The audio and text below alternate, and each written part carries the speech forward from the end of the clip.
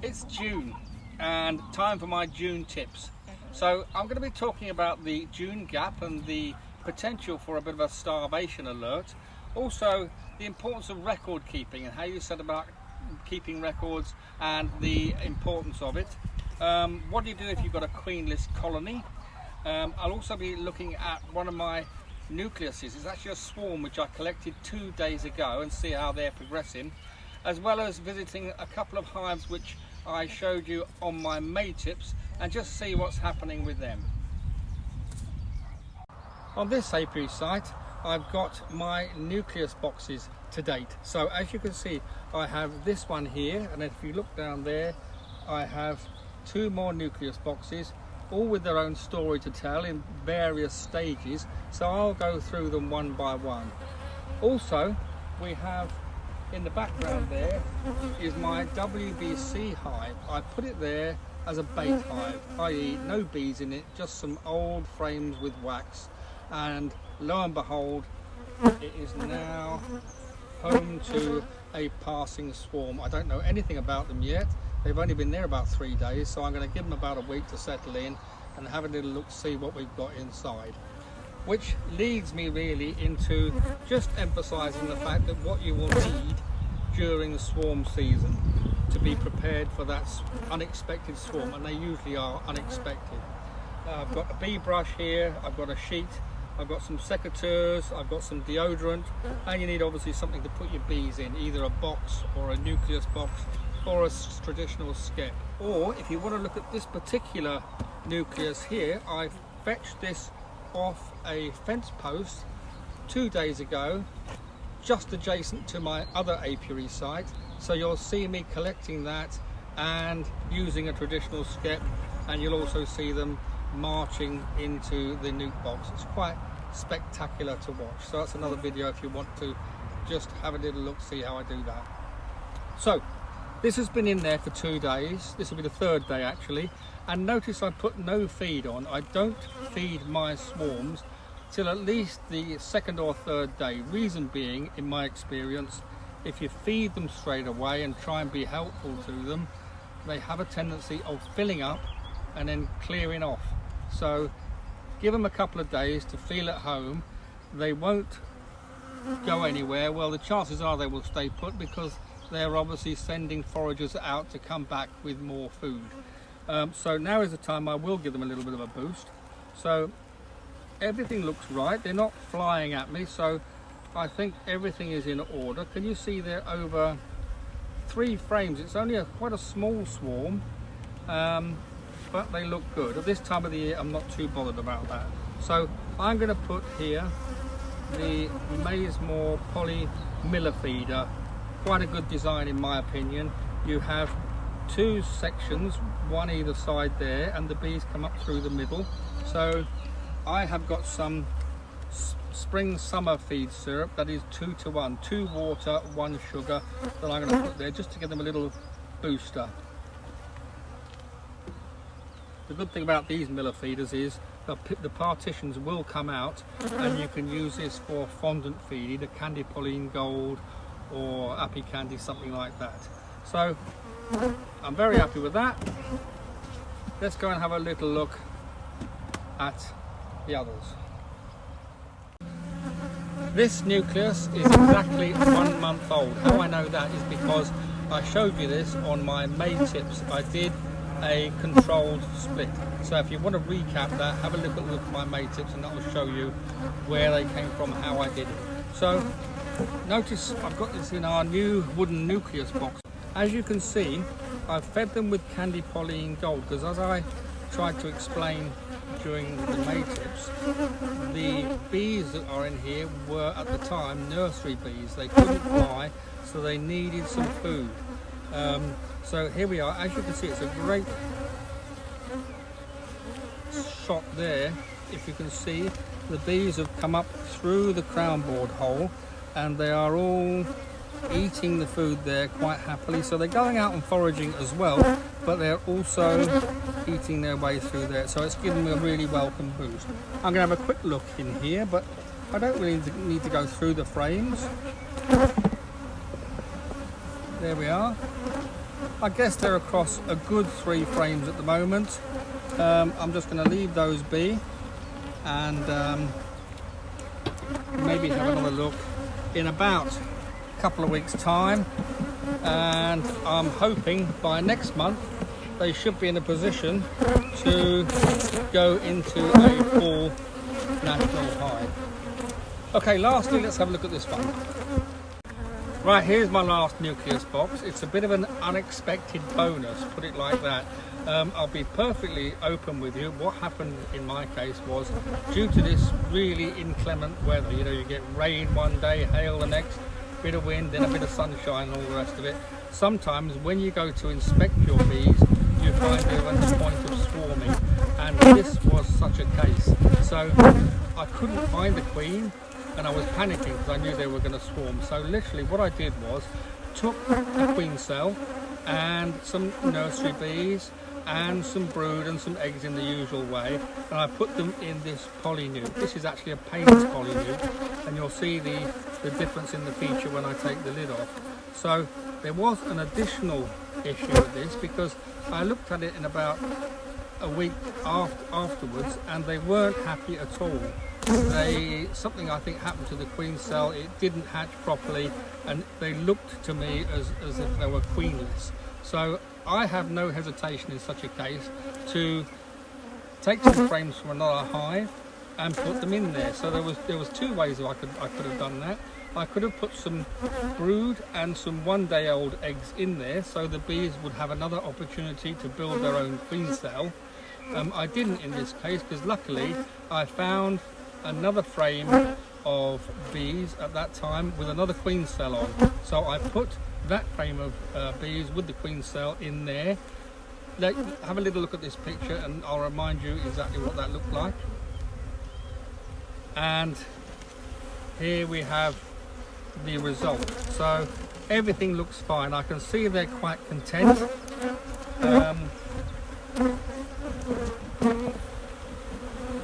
Once again, I'm not going to go through them because I'm convinced that they are in the process of getting themselves a new queen.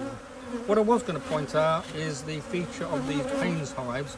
They tend to have their feeder at the side here, so you can see there's a miniature queen excluder which they pop just there. That stops the queen from going in there, but the workers can go through there and feed. This is a reservoir where you put syrup in, and there is a long stick which floats on the top of the reservoir to stop your bees from drowning. And once again, it's a spring mix, 2 water to 1 sugar, and I'm going to give them another little boost. Hopefully that will be the last time I need to feed them. They're looking fairly strong, so I'm going to leave them alone now for a good week before I have another look. I'd like to talk about the June gap and risk of starvation. So the June gap, if you're not aware, in beekeeping terminology, that is when the spring flowers finish. So we're talking about the fruit blossoms, the apple and pear blossom, the hawthorn, blackthorn, the cherry blossom, that sort of thing. They all, and the rapeseed of course, that all peters out. And then during June time, the later season flowers will start. So the clovers, the balsam, the brambles, foxgloves before it leads on to the later in the season, the tree ivy and the heather eventually. So that's how the season should pan out if you read the books. But to be quite honest with you, that's all gone by the wayside to some degree because of our changing climate, the variation in temperatures. You know, we get rainy spells, we get hot spells with no rain, and really you need to use your common sense, your judgment, more than just thinking, oh okay, it's middle of June, I'll start feeding because it's the June gap. It really doesn't work like that at all. We haven't had a really good start to the season, so this particular hive has been caught out. I've hefted it, it's very, very light. Partly my fault because I actually took a split swarm from this hive, and at the same time I did that, we had a really rainy spell. So the problem for these bees was they had lots of mouths to feed, and they didn't have enough food. So I've actually put one of these mini plastic miller feeders on. I've used syrup, which is a 2-to-1 mixture, so it's 2 parts water to 1 part sugar. I mentioned that before, but here's a handy hint. If you've got some winter feed syrup, I've got a big drum of this inverted syrup here, which is 1-to-1. It usually will preserve itself for quite a long time, so all you need to do is, personally, I give it a little taste just to make sure it's all right. You'll soon know if it's started to ferment, but it very rarely does in that strength. And then you literally get a jug, something like this, and you put your winter feed syrup in there and add another third of water, stir it in, and then you have your spring feed syrup. So you haven't wasted anything. These little miller feeders are quite useful because you can lift this side up here without disturbing your bees.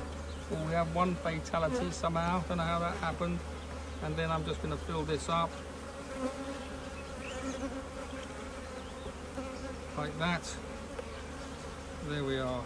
Incidentally, with these plastic miller feeders, you can remove the partition and use it for fondant feeds as well in there. So it's quite a versatile bit of kit, and there is a bigger one which will do a much larger quantity for your winter feeding. So that's it really. Use your initiative, heft it, have a look at the frames. If it needs feeding and it hasn't got supers on, of course, then feed them, please do. A little mention about supers, when to add another one or when to take them off.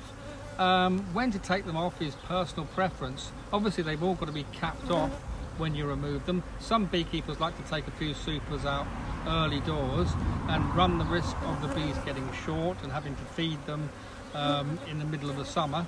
I tend to just leave the supers on until they finish taking what they need to take at the end of the summer, and then extract what's left and then start winter feeding. This is a hive that I put a super on during my May tips, you may remember.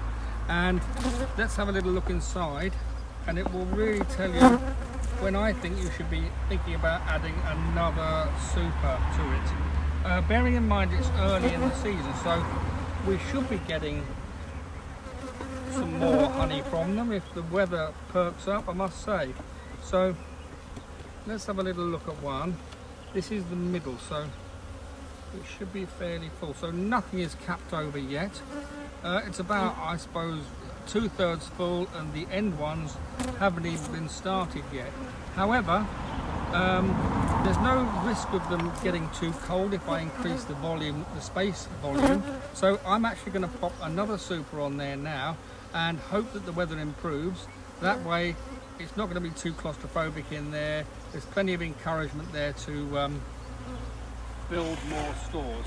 So simple as that. Another super goes on, obviously the same way, the frame's going that way, which is actually warm way in beekeeping terms. So that's my recommendation as far as supers goes. During the May tips, I explained how to get rid of the unwanted really black comb. I mentioned that every 3 years ideally you need to rotate the comb, so you remove the black comb and replace it with new comb. So in this case what I did was I placed another brood box on top of the brood box with the black comb that I eventually would like to remove. So this is a month later, and let's just see how they have progressed. So as you can see, the queen has obviously gone upstairs and started laying well.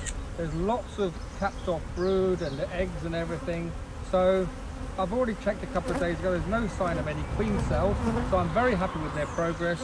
I'm going to leave it another week and then have another little look and decide what to do next.